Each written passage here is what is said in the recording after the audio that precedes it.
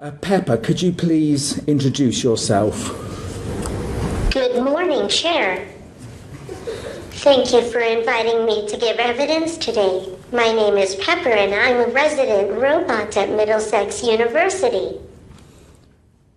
What is your role at Middlesex University?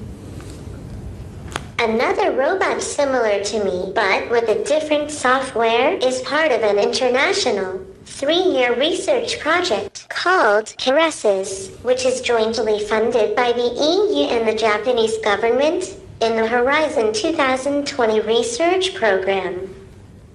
Caresses is developing the world's first culturally aware robots aimed at assisting and caring for the elderly. Assistive, intelligent robots for older people could relieve pressure in hospitals and care homes as well as improve the care delivery at home and promote the independent living for the elderly people. In order for robots to be more acceptable to older people, it is essential that they can be programmed to adapt to diverse backgrounds. Oh, how cute and cuddly, and look at all those handlers laughing in the background as Pepper struggles to make her little presentation in front of the UK Parliament. Oh, isn't it just so cute and cuddly? You know, I have a feeling that I've said this before. Oh wait, that's right, I have.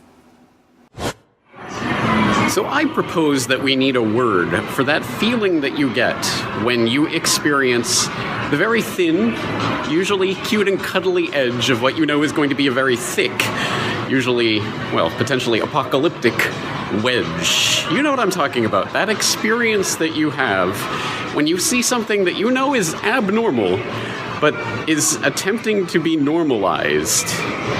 Oh yes, when you're walking around in the stores and you see cute and cuddly little characters like this. Oh, konnichiwa, Peppa-san. Oh, how cute. It's Pepper, the SoftBank robot. Yes, that's right. As usual, Corbett Report listeners and viewers are ahead of the trend, and if you were watching my video last year on We Need a Word for This, you will have seen the normalization, the attempt at normalization of cute little Pepper the robot, who's going to be a helper in various ways, helping you around the mall here in Japan, or helping you take care of the elderly patients in the UK via Middlesex University and the Japanese government and UK government and SoftBank. I don't know what unholy stew is cooking in that cauldron, but I don't want any sup of that particular potent potion, do you? Do you? Really? Of course. Once again, I think this does not need to be elaborated, but here we are on Propaganda Watch, so let's elaborate it for the new members of the audience. This is the thin edge of the wedge of the big propaganda push for the gigantic changeover that is taking place into automated technologies of various sorts, robot helpers of various sorts. And these, like Pepper the robot, these types of helpers are, of course, the PR glitz campaign. The, oh, isn't it so cute and cuddly? Look at that. I mean, would you be afraid of that? Come on, what could that do? Whereas, of course, there are other developments in the realm of robots and automation that are much more worrying, that perhaps this is meant to distract us from, like Boston Dynamics. Remember Boston Dynamics? People might remember a few years ago when that video of Big Dog was released, that creepy video of the robotic dog that was running around on the ice and up hills and things, and it was inherently creepy. It was immediately seen as such, and all over the web there were stories and people talking about how creepy this thing is from this company called Boston Dynamics. Who are they? Where do they come from? Oh, that's right, they come from MIT. Hello, MIT. And, oh, they just happen to have, U.S. military funding from DARPA. Hello, DARPA, hello. But don't worry about that, guys. And then, oh yeah, they were bought out by Google. Google, hello. But don't worry, now they're SoftBank. SoftBank, wait, they're the ones who make Pepper as well. So it's they have these creepy robot dogs that are gonna be the attack police dogs of the future. And they also have Pepper the Robot. But don't worry, even Boston Dynamics is joining in on the PR propaganda glitz campaign, probably because of their new SoftBank owners.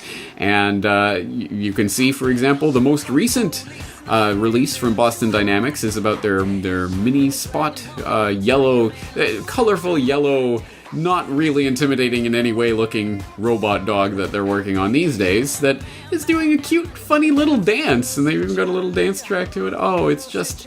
Isn't it so funny?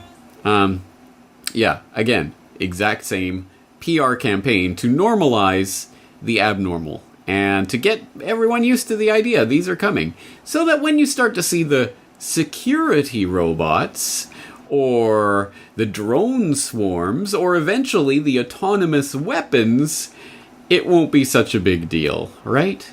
For people who don't know about the autonomous weapons and how that is going to revolutionize the concept of warfare, whether that be international big-scale warfare, domestic warfare, urban-scale warfare, quelling civil dissent, however that be interpreted, you can check out an editorial that I wrote recently on why Uncle Sam doesn't need you anymore that goes into the darker side of this subject that they're trying to keep light. And the UK government and Parliament is humouring these companies, like SoftBank, by promoting, this is nothing more than an advertisement for Middlesex University and for SoftBank and for all the players involved here.